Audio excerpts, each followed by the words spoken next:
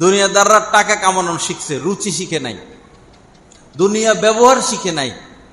আল্লাহওয়ালারা দুনিয়ার স্বাদও পায়, আখেরাতের স্বাদও পায়।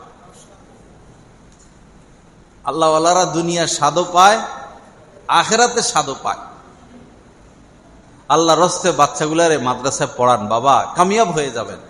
কে ওয়াহাবি, কে সুন্নি, কে মসজিদে যায়, কে মাজারে যায়, কে আট্টসি, কে মাইজভান্ডারি, কে আহলে হাদিস, কে শিয়া, কে তবলিগ, কে জামাত ইসলাম, কে আলিয়া, কে কওমি, সেটা দেখার বিষয় না। আপনার বাচ্চাটার আপনি হাফেজ বানান না,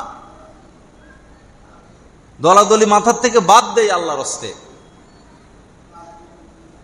মান করাল কোরআনা ওয়া আমিলা বিমা ফিহি, নবীজি বলেছেন যে কোরআন শিখবে এবং কোরআন অনুযায়ী আমল করবে, উলবিসা ওয়ালিদাহু তাজান ইয়াউমাল কিয়ামা যাউহু আহসানু মিন যাউইশ শামসি।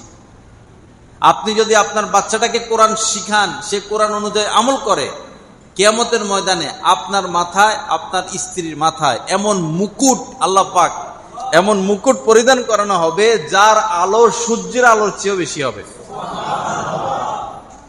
কিয়ামতের দিন রাজা বাদশারা, এমপি মন্ত্রীরা, কোটিপতিরা হাত কামড়াবে, আর হাফেজ আলেমদের মা বাবার দিকে তাকায় তাকাইয়া আফসোস করতে থাকবে, হায় এই টাকা পয়সা না কামাইয়া যদি সন্তানকে হাফেজ আলেম বানাইতাম, আজ আমার মাথাও সেই কি নূরের মুকুট থাকতো।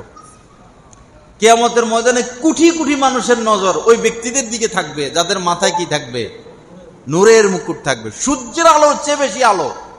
এক সূর্যকে পৃথিবীর কোটি কোটি মানুষ একসাথে দেখে। তো যে মুকুট পরিধান করানো হবে, সেই মুকুটের আলো তো সূর্যের আলোর চেয়ে বেশি। সবার দৃষ্টি আপনার থেকে থাকবে, এর থেকে বড় বাদশাহী আর কি।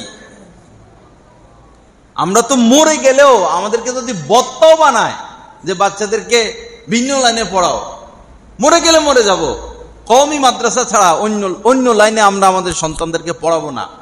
এবং মরার আগে ইনশাআল্লাহ ওসিয়তনামা লিখে যাব, আমার বংশের সিলসিলা কিয়ামত পর্যন্ত সবাই যেন কওমি মাদ্রাসা পড়াশোনা করে, দারুল উলুম দেওবন্দের আকীদা বিশ্বাসী হয়। আমাদের ভৈরবের একজন ছেলেকে ডাক্তার বানাইছে, ভালো ডাক্তার বানাইতে গিয়ে বেচারা লোন নিছে, ঋণ নিছে, জমি বিক্রি করছে, স্ত্রীর স্বর্ণগয়না সব বিক্রি করছে, গড় বিটা ছাড়া সব শেষ, অনেক খরচ ডাক্তার বানানো। ছেলে ডাক্তার হয়েছে, ডাক্তার মেয়ে বিয়ে করছে, ঢাকা শহর ফ্ল্যাটে থাকে আর চিকিৎসা করে। পিতাকে মাসে 10,000 টাকা করে দেয়, দেশে আসে না, বউ নিয়ে শহরেই থাকে। তো বাবা একদিন পুরান কাপড় চোপড় করে গেছে ছেলের বাসায়। তো বাবাকে এরকম দেখলে সন্তানেরা কি পায় না, ভালো পায় না, পরিচয় দিতে চায় না, বন্ধু বান্ধবের কাছে পরিচয় দিতে চায় না।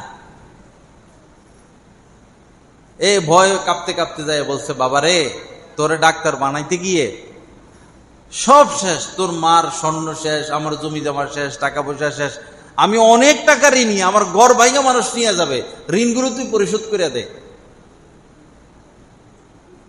ছেলে বলতেছে মাসে মাসে যে 10,000 টাকা দিই সেটাও বন্ধ করে দিব, মাসে মাসে যেটা দিই সেটাও বন্ধ করে দিব।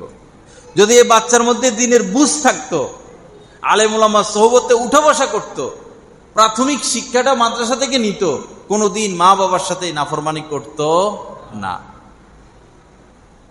কোরআন শিক্ষা ফরজ।